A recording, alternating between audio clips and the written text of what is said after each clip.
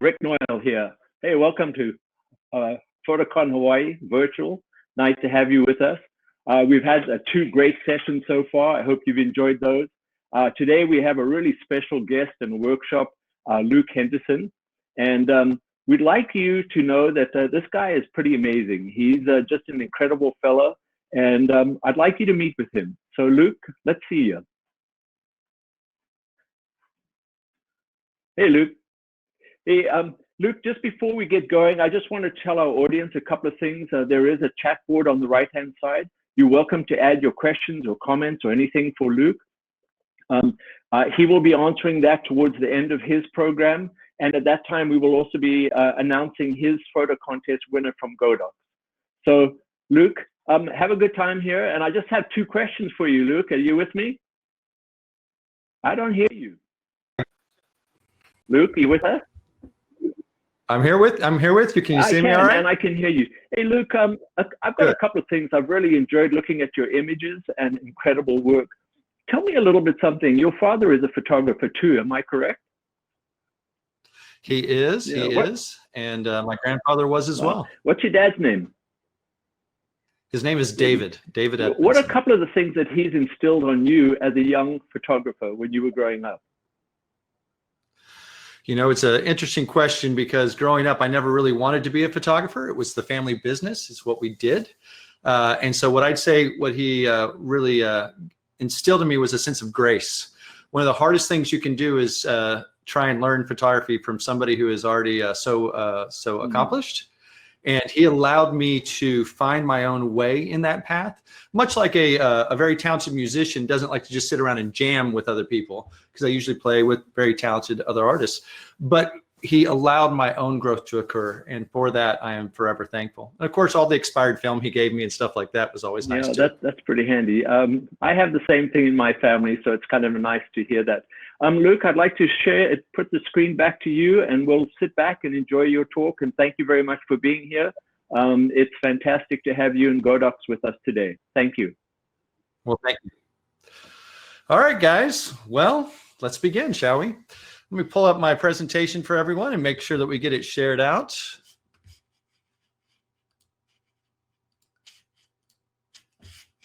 And here we go. Sorry about that. I'm on the wrong screen, but you've never seen anybody do anything like that before. So, hey, I'm Luke Edmonson. I am a photographer based out of Dallas, Texas. And it was nice to see some names already popping in there that I know. And of course, so many new names that are on there that I look forward to getting to know as we spend this next hour and a half together. One of the things that I would certainly want to say is, I'm going to butcher this, of course, but aloha and mahalo, because it's a great privilege to be speaking here and representing Godox with Photocon Hawaii. Thank you, Rick, for the invitation and to be a part of this.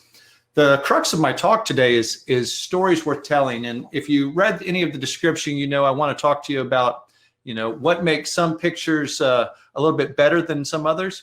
But more importantly, we all kind of consider ourselves visual storytellers, do we not?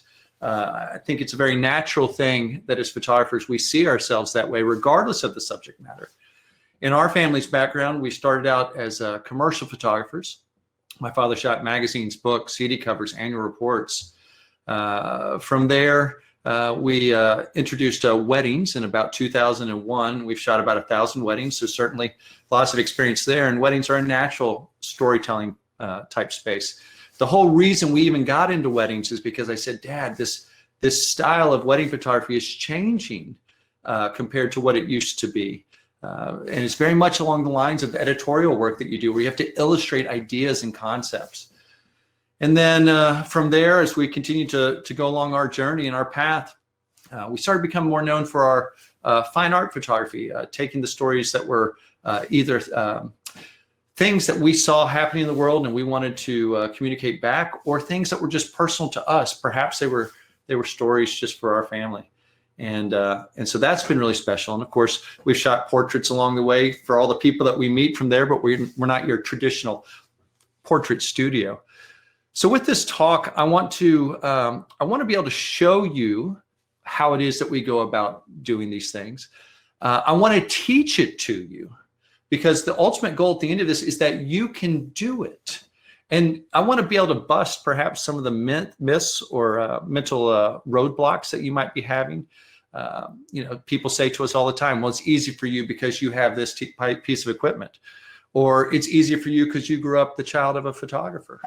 And Rick and I touched on it just briefly there.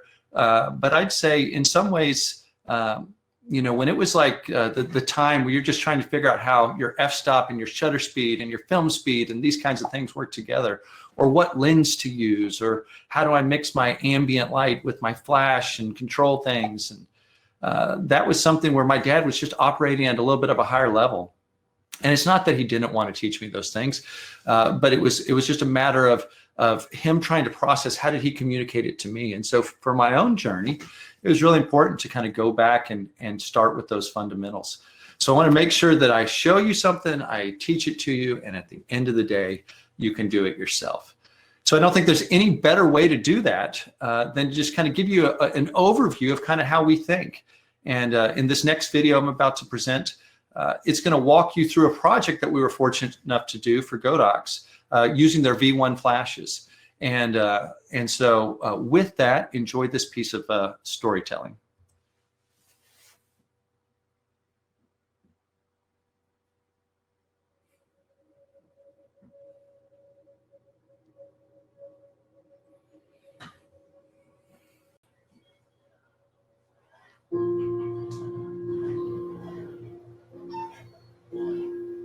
I can hear the voices echoing from my childhood saying, tell the truth, work hard, keep your promises, and be grateful. It's choppy. I've come to realize I can't do it all myself. If you were in my shoes, neither could you. We're behind. Mama's toiled most of her life away for us. Now it's our turn. Because that's what we do around here. We might call it love. What's comforting about family is that you don't have to explain. You can just sigh. And we know what we're going through. And we have each other no matter what the days bring. I've learned the hard way.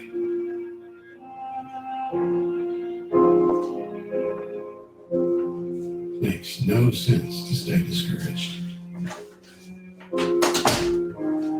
Honestly, what comes to mind? There's not much in life I can control but my attitude.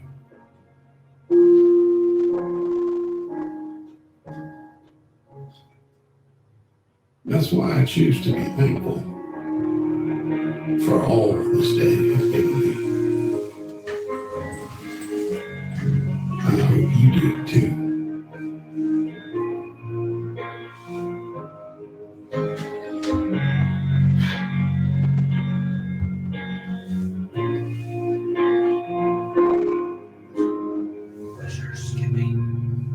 I'm asking him if it's chopping on there, and I'm texting him. It's skipping right here. I just turned mine off. I don't think it's my bandwidth. Henry Beach Robinson was an English photographer from the late 1800s. His pioneering influence helped elevate photography as an art form. When we began this project, we started with a simple thought.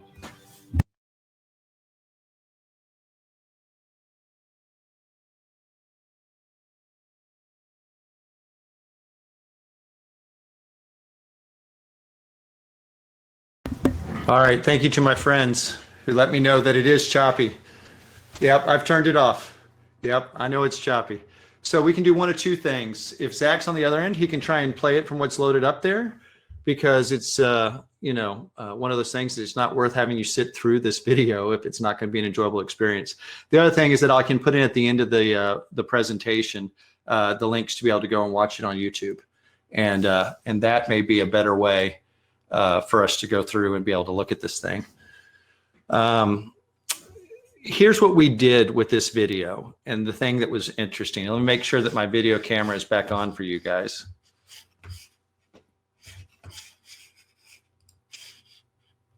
Yep, we're enabling it again. Okay, I'm back. Yep, it's doing good on that, but it's not doing good on the other, so I'm tracking with you guys. All right, hopefully you can see me. So essentially, when you watch this video, what you're gonna discover. Oh, there we go.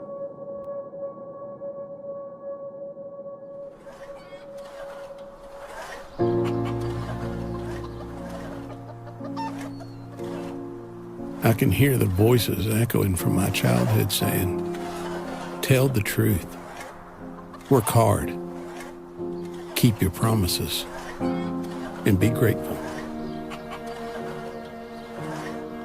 I've come to realize I can't do it all myself, and if you were in my shoes, neither could you. We're behind. Mama's toiled most her life away for us.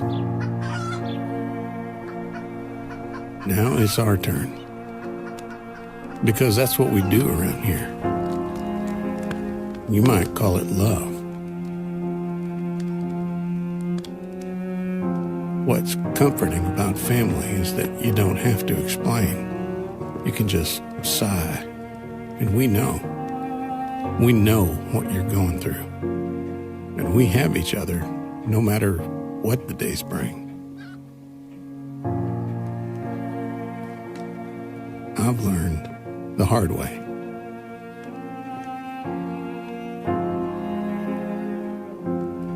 Makes no sense to stay discouraged.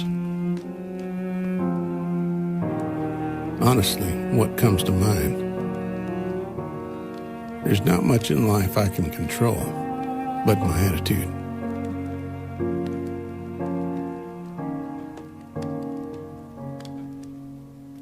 That's why I choose to be thankful for all this day has given me. I hope you do too.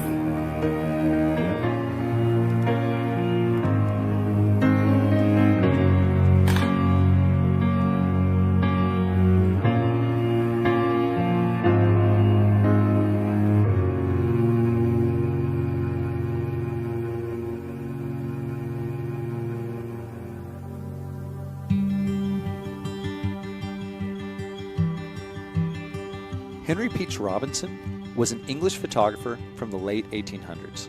His pioneering influence helped elevate photography as an art form. When we began this project, we started with a simple thought.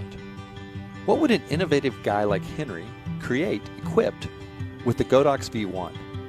We found ourselves on location in this old 1860s farmhouse, armed with these small, portable, and powerful lights. Our challenge was to see if we could create a tribute picture that is both new yet familiar. And that's what made it so much fun. Henry was famous for using combination printing to achieve his final results. We used multiple V1s to achieve the same effect in a single click. In fact, we pushed these lights to their maximum potential to see how they performed. Not only did the V1s work flawlessly, but the new round head and accessory kit allowed us to sculpt believable pools of light with precision. Our conclusion? The V1s definitely deserve a place in your bag.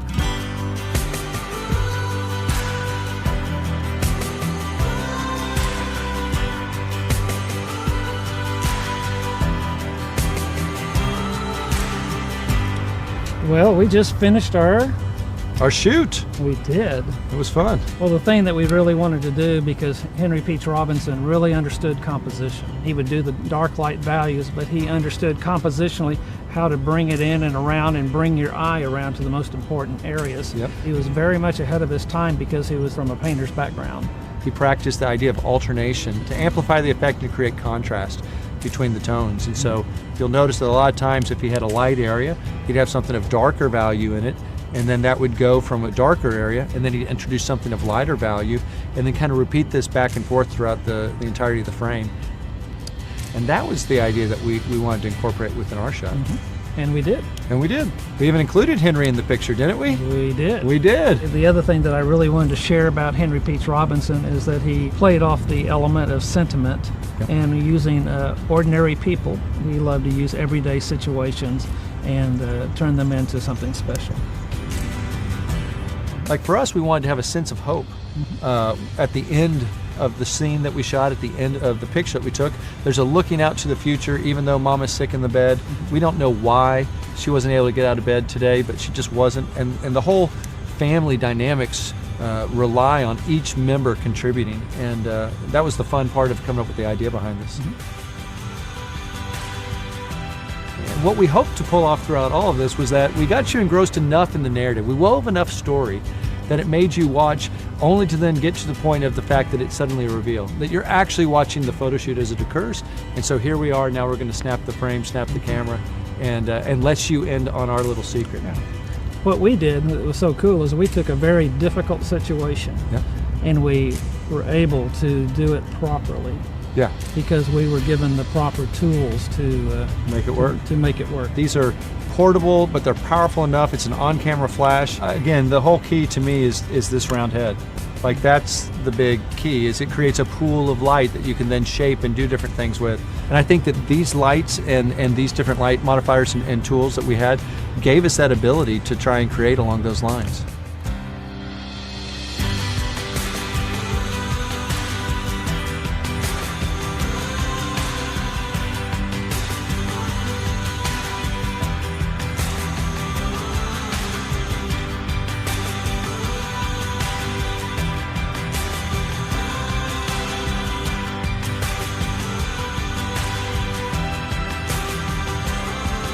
Can you really tell a story with these?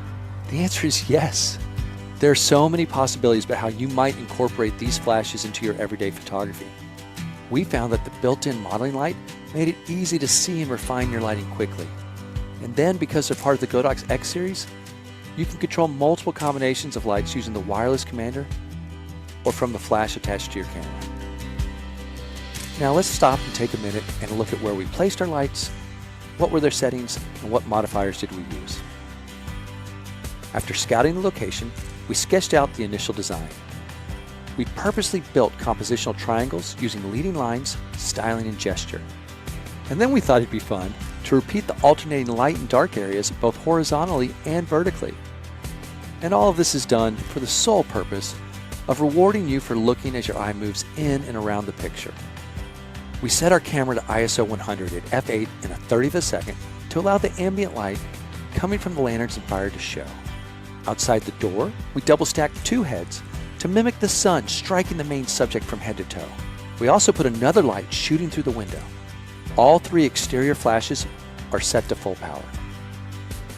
We hid 2 behind the door and desk at a quarter power inside the room. And then there's one illuminating the mother and daughter set to half power.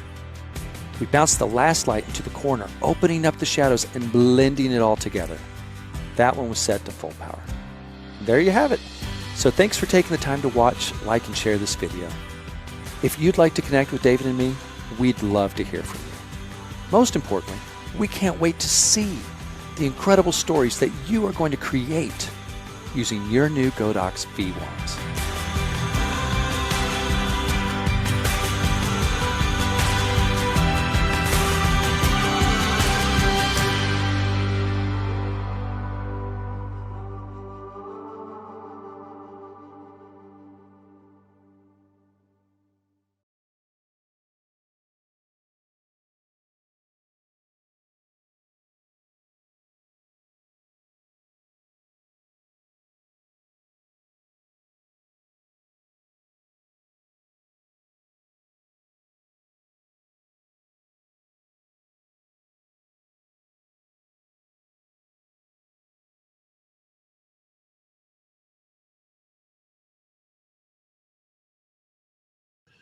All right, lots of buttons to push. You should be able to hear me now. So thank you so much to Zach for making that happen on the back end, or whoever that was programming on the fly. And I'm so glad that for the audience, you were able to experience that video without all the choppiness, because I know what it's like to be sitting there wanting things to work right. Hopefully that gave you an idea, a visual, so to speak, of showing you kind of how we go about working. And I think that's where we can jump back into the presentation now. And let's get this here. Boom.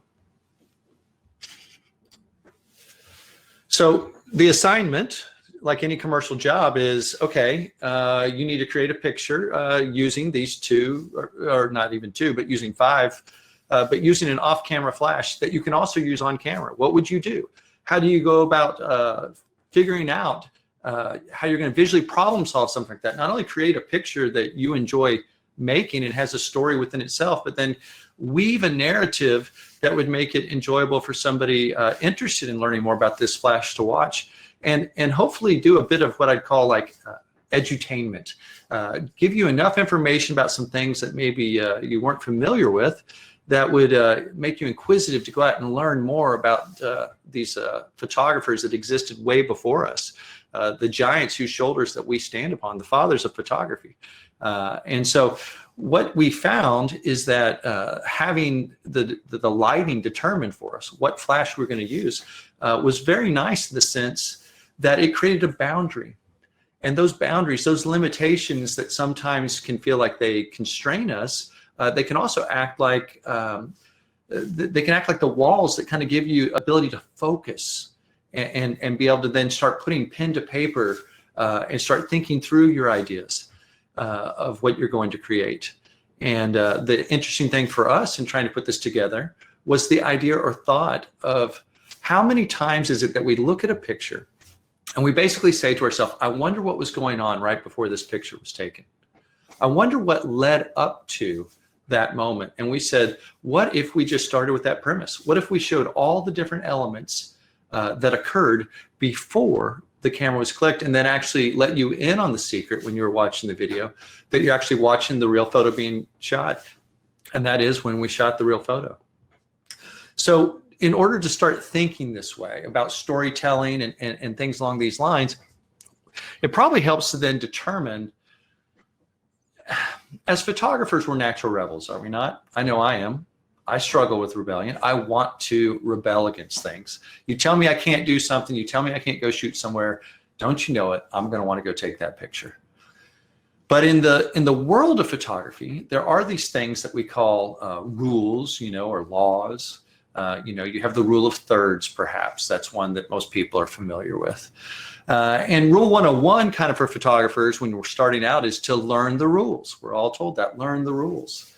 And rule 102 is, well, once you know the rules, you can break the rules. And that sounds really good to our ears because as natural rebellious people, when it comes to artistry, we don't really want anything that constrains us.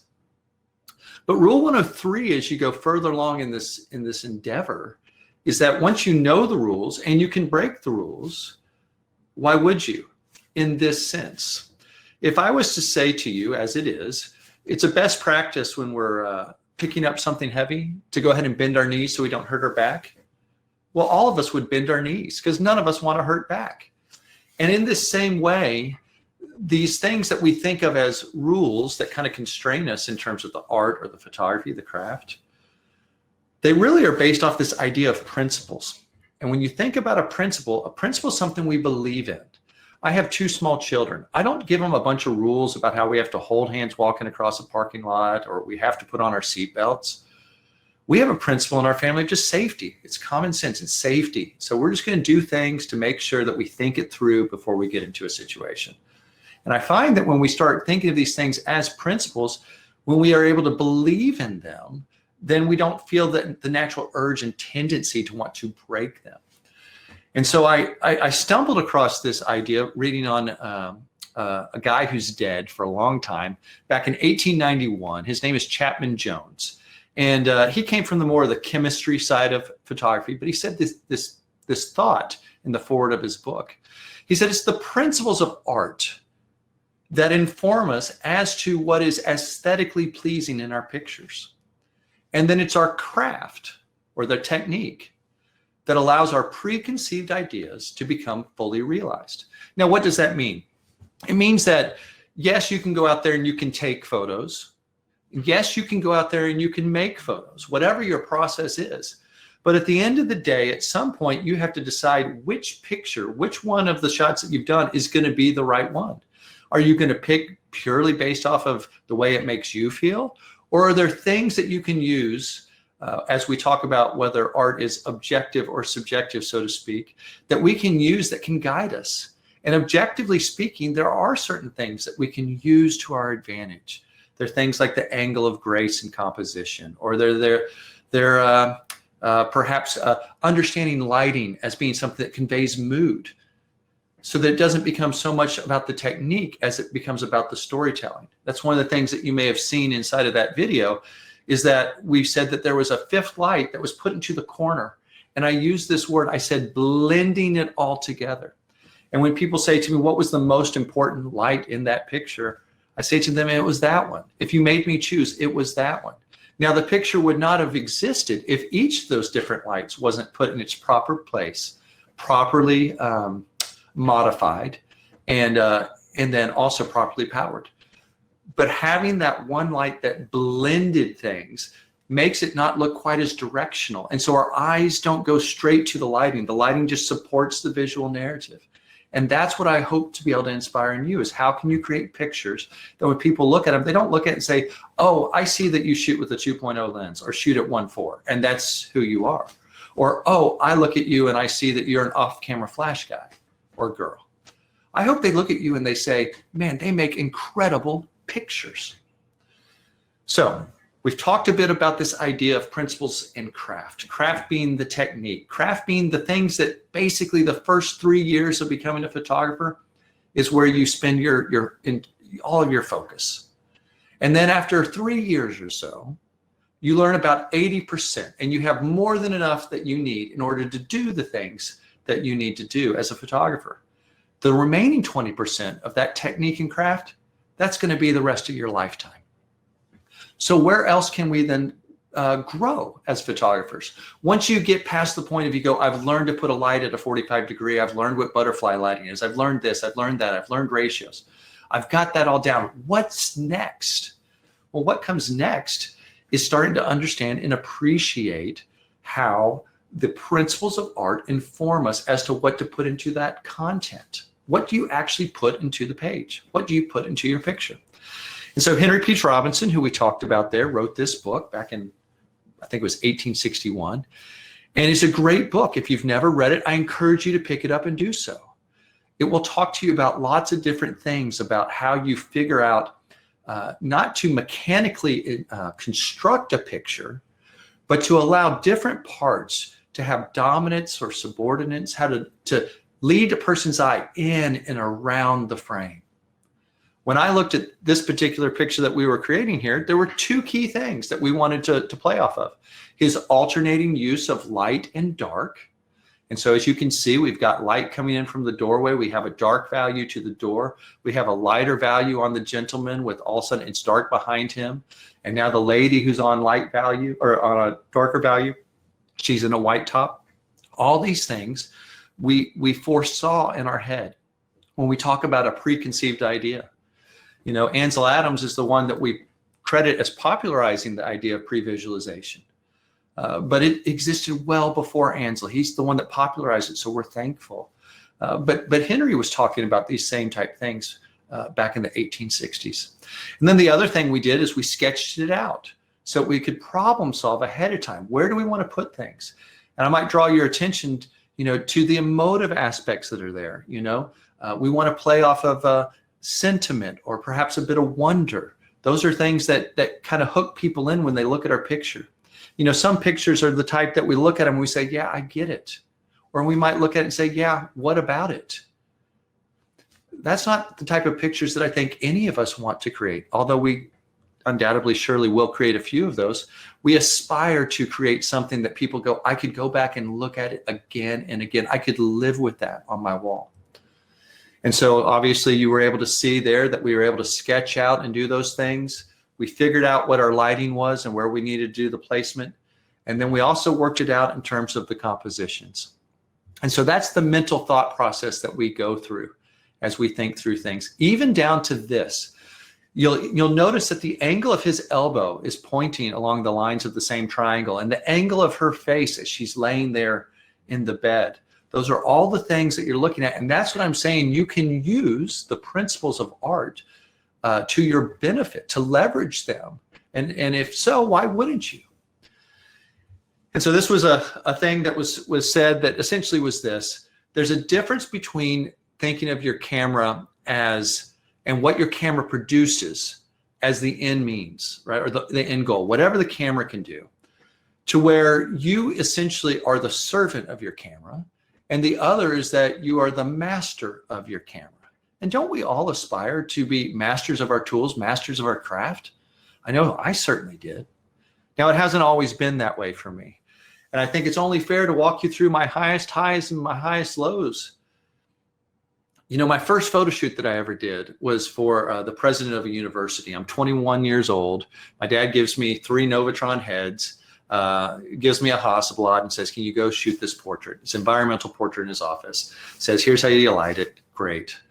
And I went and I did it. I knew the guy for years. It was so easy to do. And he was very generous with me. My dad had been shooting his picture for decades.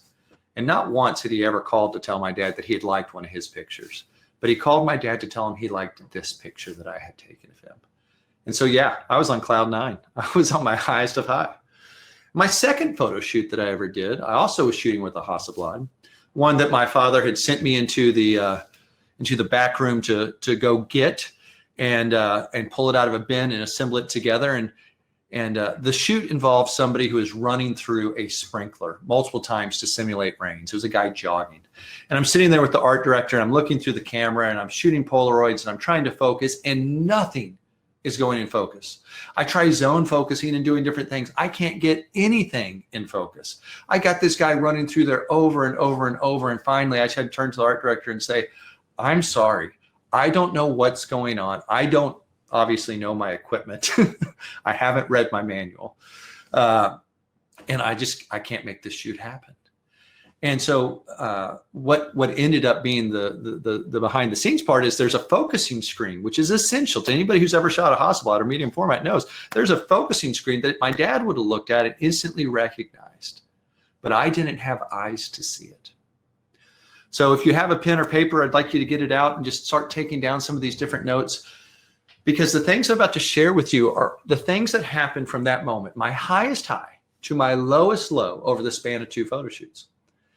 And if I was to broadly define the following decades of my life, I would describe them, since my name is Luke, I describe them using L terms. And so I'd basically say this. Starting out, pretty much all of my pictures were things that were built in a lavatory, in the bathroom, right? They basically were crap, right? I was shooting pictures. They were pretty crappy. I was definitely weaker in technique. I didn't have a lot of refinement, and I didn't have a lot of creativity. I just went out and I was a volume shooter, and I just shot because I loved shooting. I was learning how to shoot. Some of you may be able to identify. That may be where you're at right now. The thing that I think that you have going for you, and the thing I had going for me, and that's why my story doesn't just end right there, is that I had enthusiasm. And that is so key. Like, you've got to be enthusiastic about going out and practicing in order to be able to become good at something. You might hear people say the popular term in photography, which is, you have to follow your passion. And I'd suggest to you don't. And here's why. Passion is a feeling. So what happens if you're a professional photographer and you don't feel like shooting? What then, right? Have your passions be your hobbies, right? But for your photography, if you're really dedicated to this, it's got to be something of a higher value. It's got to be a calling. It's got to be your vocation. It's got to be everything that you were meant to be doing on this earth. And if that's what it is for you, you're going to be willing to slog through the trenches and get past that point where you're not shooting probably as high a level as you want, but you're willing to do the work to get there. So the next stage that comes along is the one that I think some of you may also be in. And this is one that I think that we have to really guard ourselves against. This is the laudatory period of our career. And so laudatory would be something like this. You're focused on social media, you're focused on how many likes you got, you're focused on whether the client called you back to tell you that they loved it. It's all about external praise of the work that you're creating. And that's how you're getting your validation, your value. And there's a real danger to that, because not only could it temper your enthusiasm to go out there and keep doing the work, but number two, it can also be something where pride can start to creep in. And yes, you should feel very accomplished about the work you're creating, especially as you see it growing in the level of craft that you're creating for your clients. Yes, you should raise your prices. I want you to do that. I want you to experience self-confidence. But what I don't want you to do is to get so high on yourself that you forget the most valuable lesson of all, and that is that all business is the business of relationships. And there are going to be times that you're going to be able to work with people that you love, and there might be times that you're working with a client that you can't wait until you're done with them. But in between, if it's your job to provide for yourself and your family, then the key is going to be that you've got to find a way to serve that person, even if you strongly dislike them, even if you don't agree with them. If you're taking pictures, that's what you're there to do. And then the final stage that you can get into, you can already see on the screen, is the laboratory. It's the most exciting. You know, a person who's in the laudatory phase might say something like this: I don't pick up my camera unless I'm getting paid. And oh, that sounds good to our ears. The person in the laboratory phase is absolutely willing to pick up their camera if they're not getting paid, because they see the value. In fact, they probably have a mindset that's a chasing failure type mindset. And what I mean by that is they're willing to fail, they're willing to fail often, and they're willing to fail forward. And I hope that you become that person. If you're not, and if you already are, continue down that path. So let's look for some examples of my own work along those lines. This is me at that point in time where I'm in like the laudatory phase, and it's all about praise. And I think a piece of equipment can solve my problem. So I've bought the $5,000 f2 lens, and I'm just shooting all these stacked telephoto shots. And it's a beautiful picture. Shoot it at f2, go soft background. And this is the kind of work that I'm creating. And it's very sellable work. You can make a career selling work just like this. From there, I got into a place where I was a strong 70 to 200 shooter. Stack them up, knock them down, compress everything. And this picture represents a moment in time where for the first time I used my 14 to 24. And we were doing a bridal shoot on the East Coast. It happened to be Lulu Vanderbilt's land. And there was this old church from, I think, the 1700s where only the narthex remained. It was the end of the shoot. And I had learned the technique where if you use a tungsten light at dusk type time, and you set your camera to daylight Kelvin, so 5,000 degrees ballpark, then that yellow light will cause the daylight to even go more intensely blue. And this picture for me was the first one. This is the moment where I got to claim I was quote unquote the award-winning photographer. And I spent an entire season of my life just kind of creating pictures along these lines. But I had a hunger within me that I realized because I said, that's not enough. And what do I mean by it wasn't enough? Well, I realized that fear was either holding me back from creating the other types of photos once I kind of got a formula that maybe could be better, could be worse, or it was because I was just only getting my value from the way that other people were reacting to the work that I created. So from there became the question, okay, well, how do I create a good picture? What's a good picture? Well, here's an example of one, right? On the left-hand side, this is me in my 70-200 zone, and I've created a good picture. It's a sellable picture for the mom. I'm sure she's going to love it. However, my father was standing right next to me, and he saw it.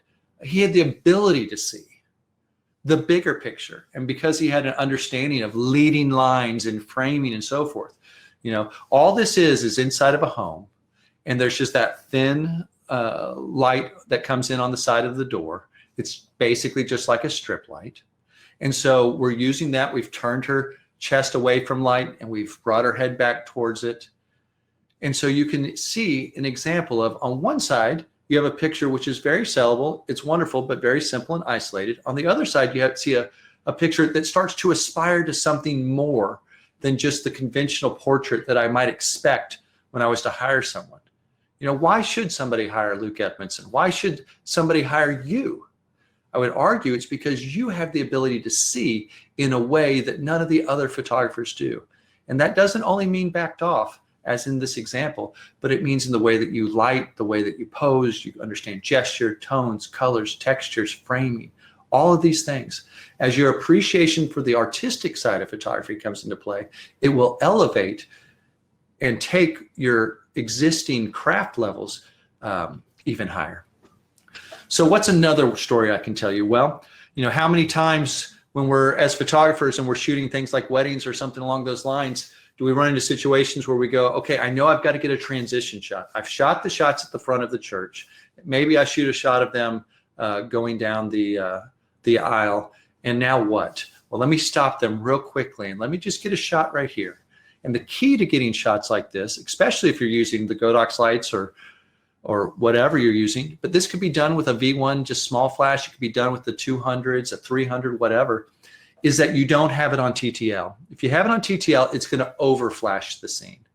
Now you could try and dial that down, and you could certainly do that as well, but using manual power is a great way. Start at about a 16th in terms of the power and just kind of wink a little bit of light in there, and boom, you've got a transition shot.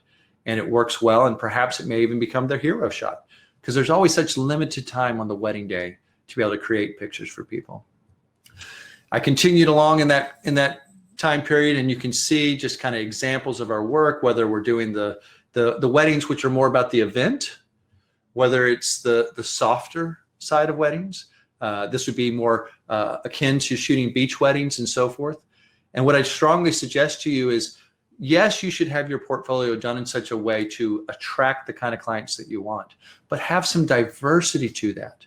Because, you know, when we have Jewish clients in this particular situation, they want to see pictures that look like them. When we have Hindu clients, they want to see pictures that look like them. Muslim clients, Christians, Catholics, whatever.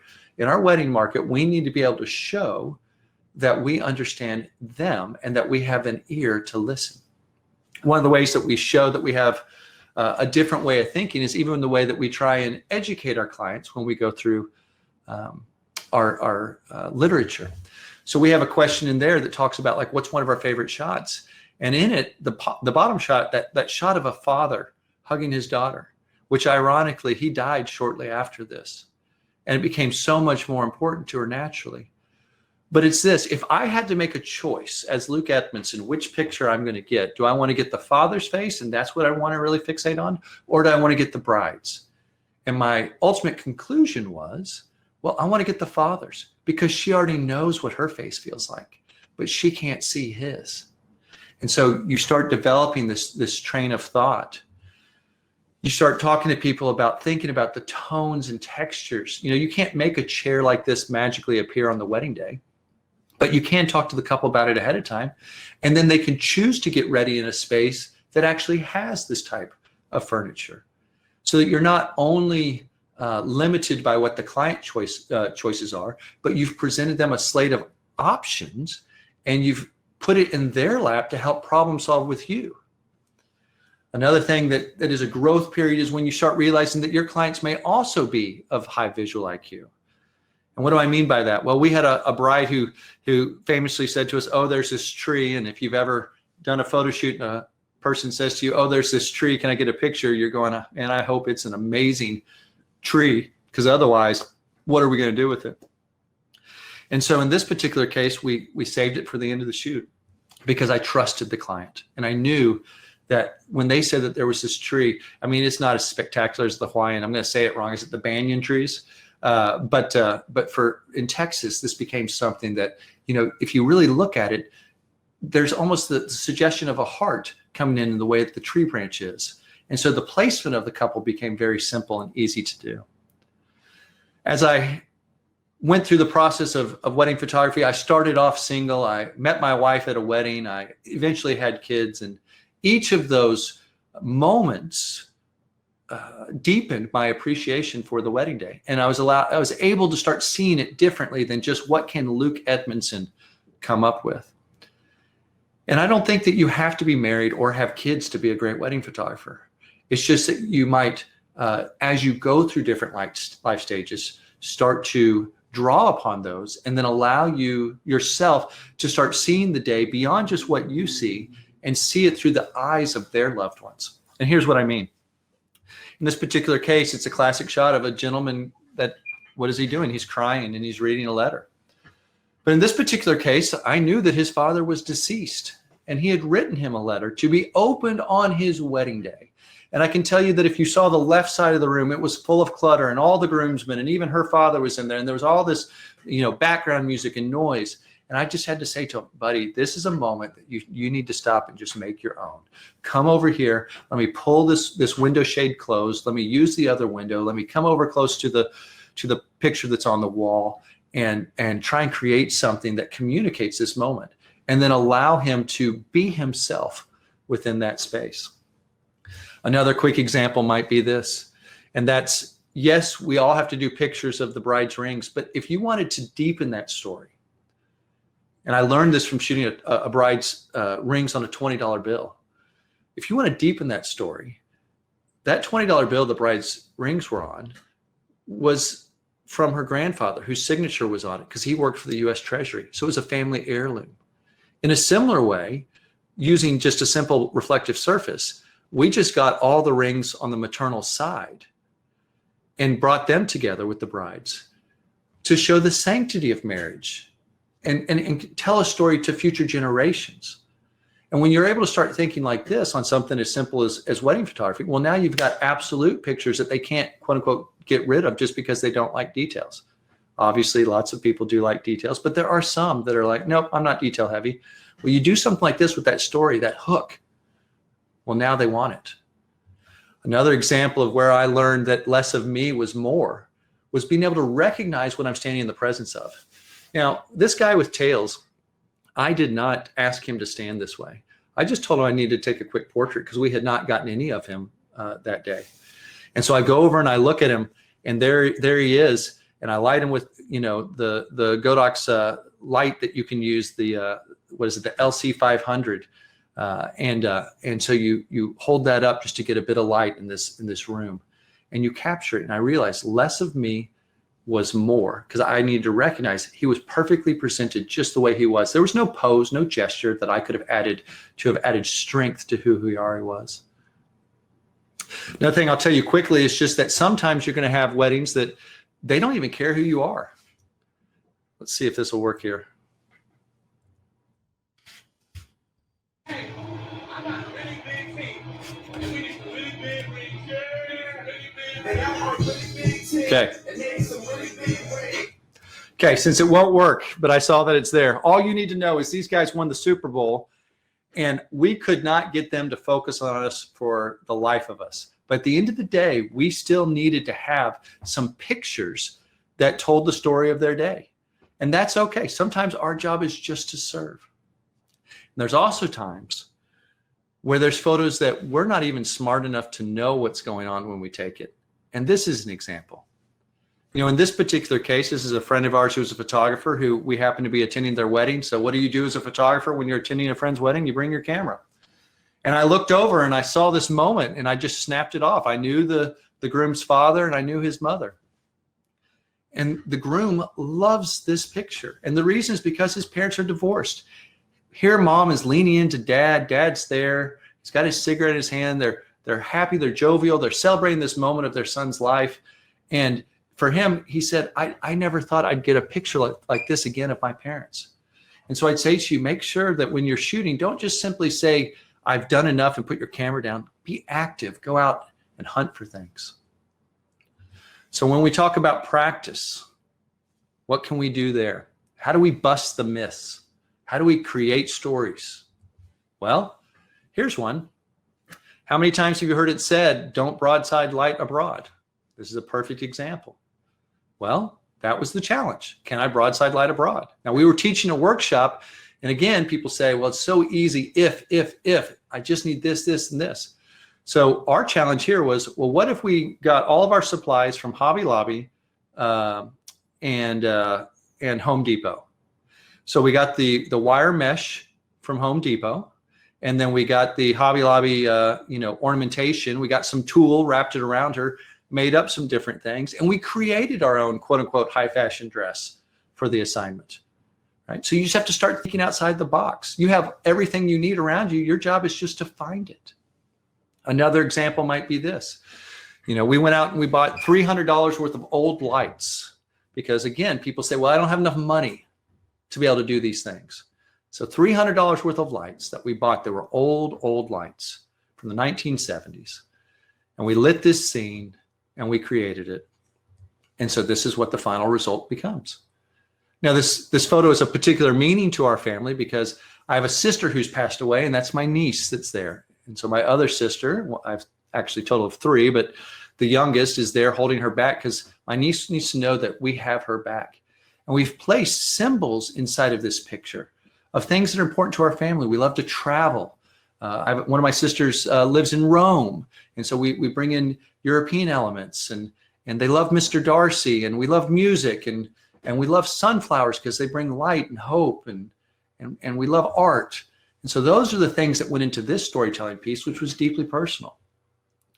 Another story I'll tell you is that I one day had my dad in the studio and I took a picture of him just doing a simple lighting test.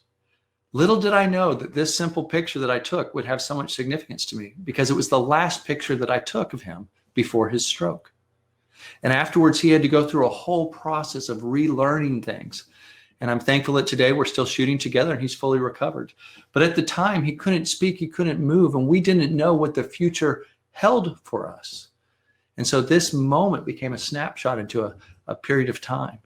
And so I'd say, even when you're shooting your tests, when you have your family around, stuff like that, yes, kind of play around and be goofy, then at least take one good one, right? Just take that time, just take one good one. As my dad went through his learning process, he realized that while he had studied art history, he had not really devoted himself to it. And so I was naturally around that, but I wasn't quite in the same place in my mind at that moment. And so he started creating work along these lines. And he'd say to me, hey, I got an idea, I've done this thing and it was in the style of one painter. Now I'd like to do another. We were going to do Rembrandt. So we said, okay, what can we do to create a boundary for ourselves? And so what we said is, let's bring a guy in and we have 1 hour from the moment he walks in until he walks out. Let's see how many different types of shots we can get. And so that's an example of how you can go about and do creative ideas in practice. Our studio, gosh, I can't even remember, but I think it used to be about like 4,000 square feet. And then when digital came along, you didn't need that space anymore because the sets didn't have to be sacred.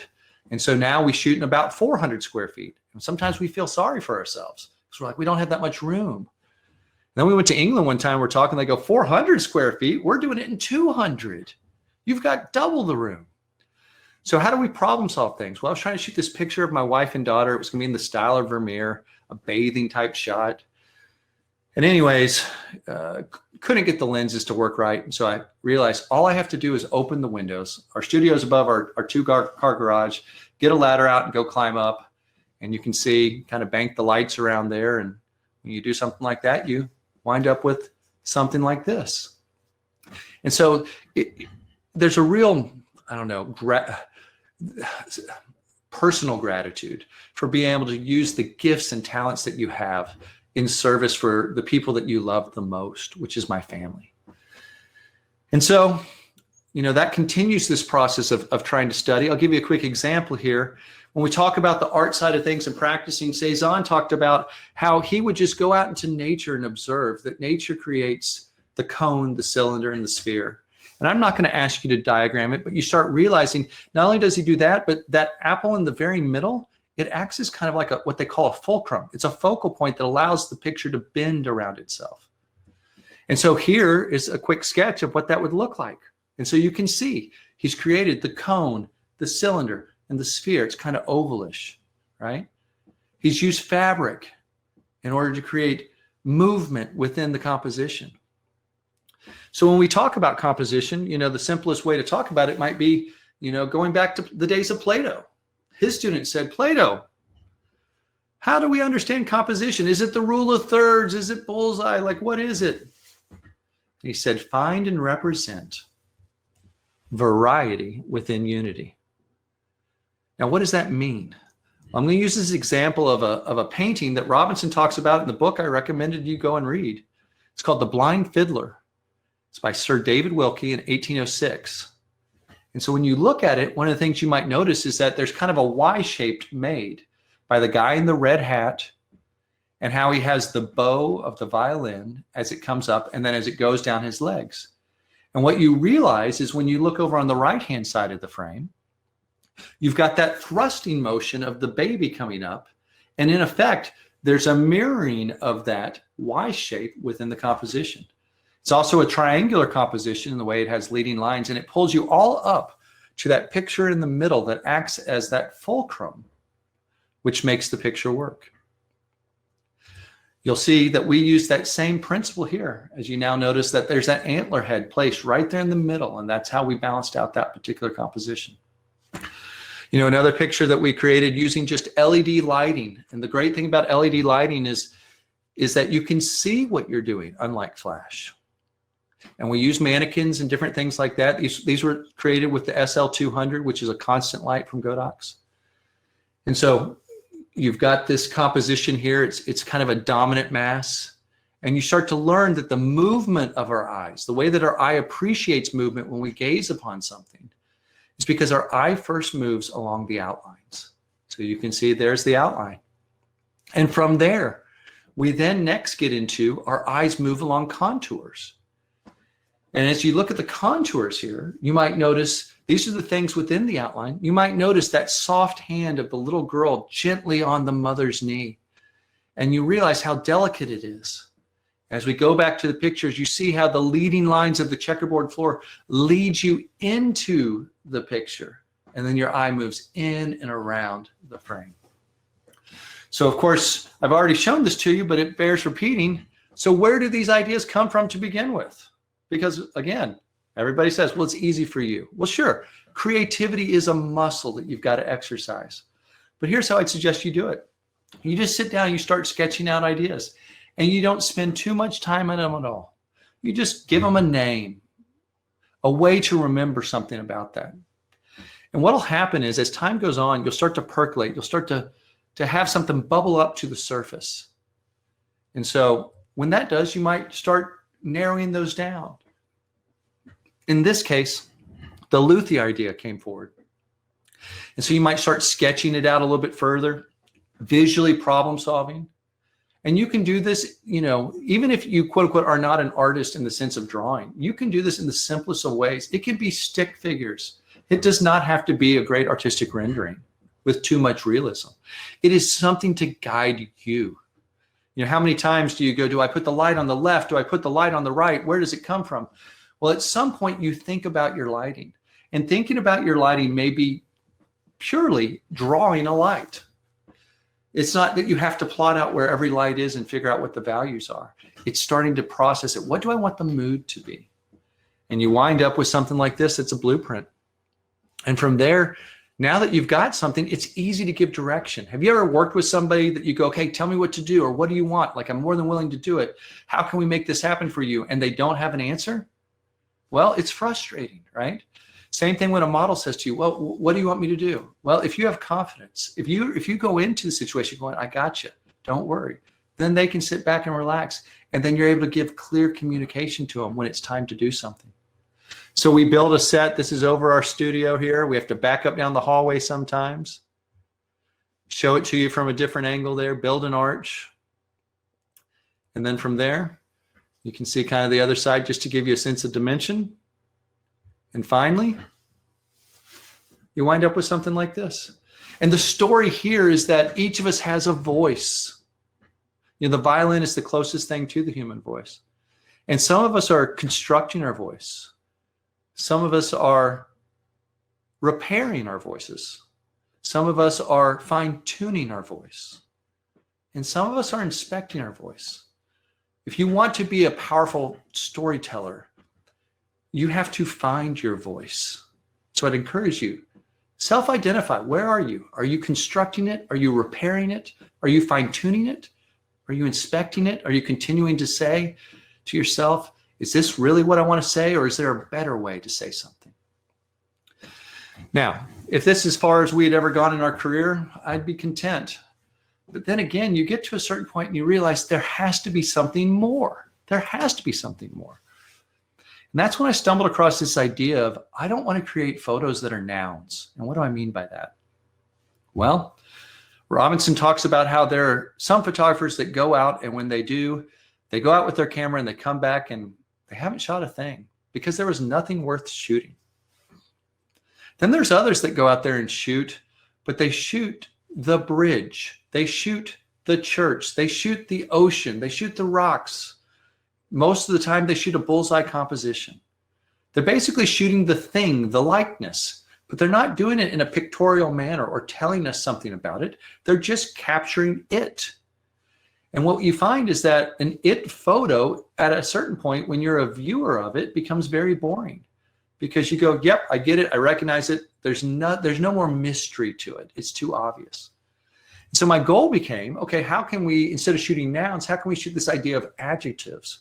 Or how do we shoot this idea of a verb? Like, what does it mean to be something? And so my first forays into this is I went and I got this guy and I shot this particular shot. And as you look at it, I'd say, well, what do you see? What do you feel? What emotions, if any, are you experiencing? Well, obviously you see his face, you see kind of a bit of comedy to it. There's a bit of makeup.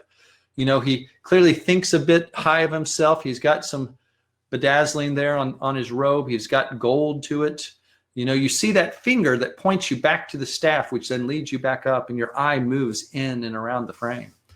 And if I would suggest to you, you know, do you see this guy as being arrogant, as being pompous? You know, those are the adjectives, right? So that's trying to express something along those lines. Another example was one I did where basically I was trying to go, what's a metaphor for human relationships or for marriage or any time that you're talking to somebody else? It's this idea of it's in one ear and out the other. So you kind of get the obvious punchline that's going on there. So is that enough? Go out there and think about what you did, create it, execute it, make it into something more than it just being a thing. I wish. So I shot good pictures for a long time, and I started getting to the point where I wanted to make this idea called a complete picture. And this complete picture idea came about by a photographer in the 1930s. His name is William Mortensen. Now, he was influenced by all the guys that we looked at previously in the 1860s, 70s, and so on, even the early 1900s. And so the goal there was to say, well, is there a formula? Can we quantify in some way what it means to really create a picture that not only makes you want to look at it, but then lingers in your mind long afterwards? And so he created this book, and on one side, you can see the original cover for it. And on the other side, you can see the one that if you happen to go look it up yourself. And clearly one is more graphic and probably more interesting to you, but it's called The Command to Look, right? It's how you force somebody to look at your pictures.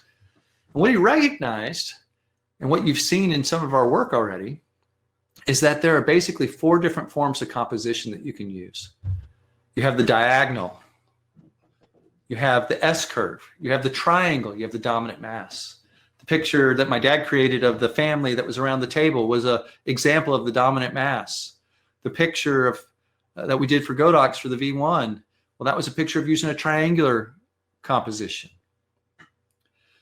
So essentially, impact occurs before we know what something is or even how we feel about it. And the way that I can prove that to you is it's in the form of a double take. It's when you flip through a magazine and for whatever reason, something stops you and you go back to look at it. And that's when you start to look, that's when you start to see if it's worth your time and attention. And if it is, then you continue to gaze upon it. But if it's not, then you turn the page, right? None of us want to create pictures where people just turn the page. So it starts by using those principles of design within your compositions. And that can be something that you intentionally create, or it can also be something that happened by chance. In other words, you took a picture, but on selection at culling, you recognize the composition that's occurring within it. The other thing I'd say to you is this. He recognized that the second part of the formula is that there has to be subject matter / subject interest.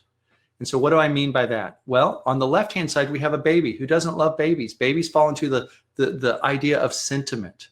He identified that there's this idea of sex / beauty as being one of the major buckets that we can use. Sentiment, that which is familiar to us. It's landscape pictures, it's family pictures, it's wedding photos, it's the softer side of love. And then the other is wonder, that which frightens us, as in his example that he showed us right here with the monster type lighting. But it's also that which is unknown to us or a bit mysterious. So what does it look like when you start trying to put all that stuff together? Well, I created a picture that looks like this. And if I said to you, what do you see? What do you feel? What emotions are you experiencing? You know, it might be that you see a child or a girl on a bike. She has a ponytail. You see the idea of playfulness and the fan. You might recognize that the shadow on the wall doesn't match what you're seeing here. And then you might also see that there's a photo on the ground, and there's some books, and there's a watch. You know, there's a part of a photographer present in every picture that they make, whether they're actually inserting themselves in the picture, as I've done here. This is a picture of myself on the same tricycle when I was a kid that my father took, and that's my daughter, Holland. And so when you come back and you look at it, you start realizing we're using that triangular composition, but even in the clothing that I've chosen, I've tried to make it very neutral, not to take away her femininity, because clearly she has a ponytail. But if I put her in too frilly a dress, it wouldn't be something that everyone might be able to identify, regardless of their gender, quite as quickly, right? All of us have experienced that moment where we've been on a bicycle as a little kid, imagining what it would be if it was a motorcycle or something along those lines. Flying, it's a spacecraft, whatever it is, that sense of wonder. So here we're engaging two of the three different topics. We're getting sentiment, and we're also getting the wonder. The other thing that started to happen is we started to appreciate color harmony and color theory. You know, Van Gogh was the one who famously said, you know, we know him for color, but he says, if anybody knows anything about color, like, please let me know. And Charles Blanc, around that time in the I'm gonna get this wrong, let's say 1880s, had created the color wheel. It was the first time that anybody had figured out how complementary colors worked. And Van Gogh was very famous for using his dual complementary color schemes. So the picture I'm about to show you next works based off of color as a form of creating impact. And so here you see, we've got the reds, we've got the greens, we've got the yellows, we've got the violets, all these kinds of different things coming together into one picture. So what can we do with technology now that we're living in this wonderful age where we're not as limited as before, and we have all these different options available to us? Well, Godox creates the LC500, which is the same light stick that I used to be able to light the groom in order to be able to get that shot of him when he was already presenting himself to me perfectly. You could also do it in more of a fine art sense if you wanted to. In this particular case, taking a girl who perhaps is inspired by the idea of Little Women. And so here she is inside of a room. She's got her table. She's waking up in the morning. She's got her clothing over her that she keeps her warm. She's got her candle that's there, and she's starting to sketch and do those kinds of things as she rises early in the day. Now, here's some quick iPhone photos just to kind of show you where we placed the lights and how we did it. And then even here's another variation, and you'll see that we have one light that's bouncing off the wall just to kind of blend the lighting together so it's not quite as directional. And again, the final result is you wind up with something like this. Now, I have a short video for you next. I fear that it won't show well, and I apologize for that. I'll put links up to all these things afterwards. I'll play it just enough so that you can get the idea that in this particular case, we use the functionality of the light, which will allow you to do what I'd call more gelled type lights. You could do a strong red, a blue, a whatever. And so this is what that would kind of look like.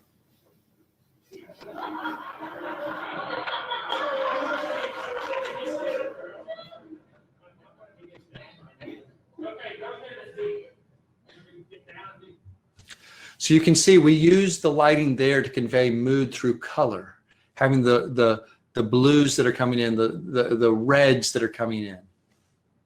Another type of light you might want to be able to use is the one that we're going to be giving away to the winner of the competition. And that's this AD300 Pro. It's a 300 watt single-headed light, built-in battery. It's not heavy, but it has all these wonderful modifiers. Now, what can you do with that? Well, took that same girl to a different location and created this particular shot. Now, what was the most important light to me in this one? Well, it would be the one that I had in the room, bouncing on the ceiling, blending the lighting all together. The other lights were placed outside the windows, one in an umbrella, and then the other one using the softbox. And that's how you create this light look for this particular scene. But you control your ratios based off of that ambient light or the light we bounced in order to determine how strong or harsh we want those shadows to be within the pictures. And so there you have the final result. Another light you might want to use is if you said, well, I'm going to be shooting outdoors. I want more power. Well, there's the 600, a bigger light, accepts Bowen's mounts. And so for an example of that, took it outside, used TTL, created this picture, used two different lights, one off to her side, and then one that was basically close to the camera, shooting straight at her as a bit of a fill flash. Overpowering the sun just a bit, but not too much, just to kind of bring in the clouds. And the way I envisioned this shot was that it was going to ultimately be presented very much like this. I saw it as being like a button, right? Like very circular in the way it was, like something that somebody might wear. The strength of her, the value of her leadership. Then shortly thereafter, went and took the same girl, switched things up just gently. And you know, the funny thing to our mind is that regardless of how something is in reality, our mind believes it to be the thing that we're being shown. And here's what I mean. So these are just plastic chains that she has around her. We didn't get heavyweight chains to put on her, but your eye looks at it and sees it, and you can imagine the sense of the weight and her trying to break free. And what's the right gesture for that? What would that be? Well, her hand needs to be in that kind of claws type shape, because that tension in it conveys to us, it affirms to us that what we think we're seeing is what the author intended us to be able to see. Other fun shots we can show you, whether you're using the AD600 outdoors or in the studio, would be studio examples of doing stuff like this, just being creative. Taking the triangle and flipping it upside down and then using the dominant mass of her body. Or maybe something like this, building a shot like that. Using shapes within shapes, building layers within a composition, having the background behind. And then of course, there's our favorite from the standpoint of we can see what they're doing, and that's the LED lights, and it's the SL200. I believe that there's a new version that's out right now. So what can you do with that? Well, built a simple set in our studio, but made it monochromatic because we wanted the color on her to be the most important, and we wanted to make everything else recede using some simple shapes. We have circles. We have 3 circles, the table, we have the fan, and then we have the mirror. And the story behind this is we're trying to make it universal in the sense of all of us have received news that we weren't expecting or hoping for. And what that news is completely up to us. We're going to all bring our own narrative to that. But the suggestion of the idea, the phone call that you just received, and you have to just sit down, that's what's going on behind this picture. And so now if you were to try and show what it looked like coming out of camera, it looks something along these lines. And from there, if you wanted to look at how we lit the shot, well, we brought the lights over to the side, had a light over the top. You can see that we're using the grid so we don't have too much spill, but also notice the fact that we have that light that's down on the ground that's reflecting back on her, because we wanted to get the lighting on her shin to match the highlights that we were creating up on the iron and on her arm. The funny thing is if we really had thought this through more, we would have realized that we wouldn't have needed that particular light if we had just lowered our other light, but we had become so hurried that we had become limited to the fact that we didn't hang our light on an arm. And instead we just put it on top of the stand. And so that was the physical height of the stand. That was the lowest it could go. If we had just put it on a boom arm, we could have lowered it down to any place we wanted it to be. And so you wind up again with a final shot that looks something like this. A variation on it using those same elements might be to create something along these lines. Now all you're doing is changing the tones and textures within it. You're using many of the same elements, but repositioning them. And so you create based off of how you're able to perceive things, what you're able to see ahead of time before you ever pick up your camera. And then finally, there's the new light from Godox that I really, really love, which is the AD1200 Pro. And I love it because many people may argue that they don't like having a single-headed power pack that's 1200 watt seconds. But I would also say to you that if you split that, you're down to 600 watt seconds per head. And I already have that. But having 1200 watts dedicated comes in really handy. And here's what I mean. You can go out into a field now and you can then use it. You can put your scoops on there or whatever it is that you want to do to direct your light so it doesn't just flood everywhere. And you might position it as such with your camera. And now you could create a picture that looks something like this.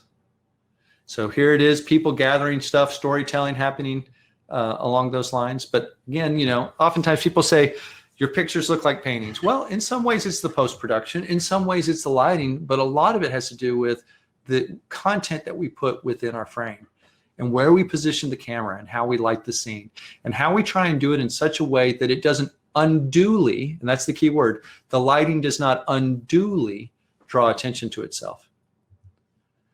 Another variation, you know, when we talk about this contest for the pandemic, this is one that we did, you know, for showing how it was in France back during the, I guess it was the plague. And these were the actual masks that the doctors would wear. And so that's just playing off of the pandemic theme, our own variation. And one of the exciting things about the fact that everything's shut down right now is that you can go all these places that you might not have been able to go before and be able to shoot. You know, this is an office complex not far from us. You know, they've got it all landscaped and manicured, but there's no cars there right now. So we could go out and create a shot like this. You know, this is what it looked like straight out of camera. You know, she's positioned exactly where she is because there's a light pole behind her. And then finally, there's a variation of the head that goes for the AD1200. It's called the R1200. It's their new ring flash. And you can use ring flashes many different ways. You can use it in that typical format like fashion or beauty where you bring it in close and you create those circular catch lights in the eye. You can use it with different modifiers, whether it's a beauty dish or an umbrella. In this particular case, we used 3 of them. We used one in an umbrella off to the side with diffusion to create our directional light and form. We used one on the camera, using it as a fill flash to just lighten the depth of the shadows. And then we used one behind the set that was bouncing in order to illuminate the background, create that illusion of depth. Now, do you need a lot of money to go out there and create sets and do things like this? Absolutely not. You can go get just simple pieces of what I almost call like styrofoam insulation and create something along these lines. And you just tape them together. Maybe you create a bit of a ceiling and you poke some sticks through that you found. You create a composition that's rather triangular because you've learned how that works. And you know that in order to get the lighting the way you want to get it so that the sticks themselves, the branches have enough light on them, you might cut one extra hole that you know you're going to remove in post. So at the final shot you create comes along these lines. Can you scale it up from here? Absolutely. You can build yourself giant sets if you want. You can use copious amounts of light. It really doesn't matter how many lights you use. The question is, what is the purpose of each light that you have? If there isn't a purpose for your light, then I would argue with you that you shouldn't use it. But if there is a purpose, it doesn't matter how many you're using in order to be able to get the desired effect you're going for. And the final result of lighting something like this, of using different softboxes and parabolics and snoots and honeycombs, and there's even a Fresnel that's in there, is that you create something along these lines. And so this is all along the lines of using creativity and practice. And the way that it comes about in reality is, you know, when we go out and do our commercial shoots, you know, we did this one the other day. I put it in here. We had 29 different setups to get in one day with we had 18 different models. So you're using LED lights in order to be able to make stuff like this work. They wanted it to be light and airy, and it was an overcast day. Okay, how do we make it not look too, the lighting draw too much attention to itself, but still make it look light and airy, especially on that picture on the right. They wanted some that were darker and moodier, and so you do something that's along these lines. For these, we use flash. There's the S30, which is a new light from Godox, which is really exciting because it's a focusing light. And for anybody who has a theatrical background, this is something that you should really, really get excited about. And more importantly, you should get excited about the fact that there's this SA17, which is an attachment that works on more powerful LED lights. And my intention was to show you a video next. What I'm going to do instead is go ahead and link to it for you so that you're able to have it, because I don't want to have it not play correctly. But what is a focusing light? Well, a focusing light just means that you can put barn doors on it like this. You can attach different lenses. You can throw lights in different ways. You can put cookies, gobos, scrims, all that kind of stuff directly on your light source. And then from there, you can control the softness or the edges of your shadows by changing how you focus it. You can make them very hard. You can make them very soft.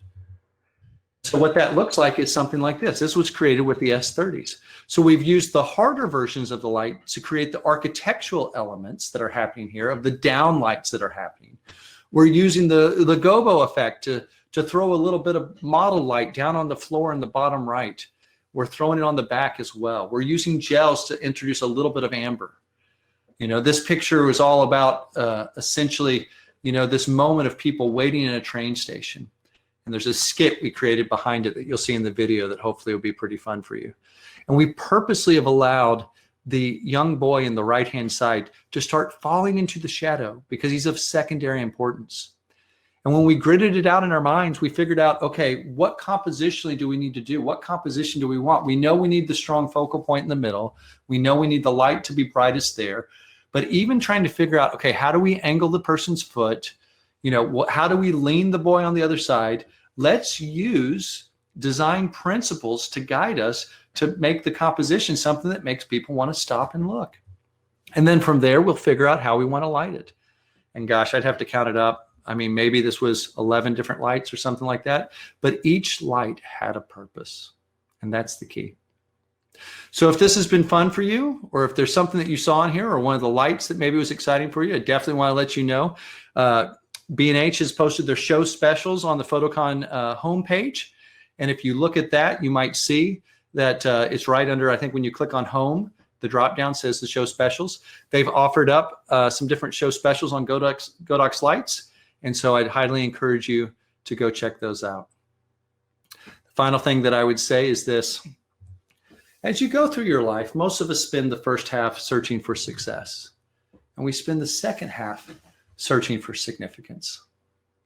And if that's true, why wait? If you're younger and you realize that success will never be found in things that are external, like from you, success has to be found internally.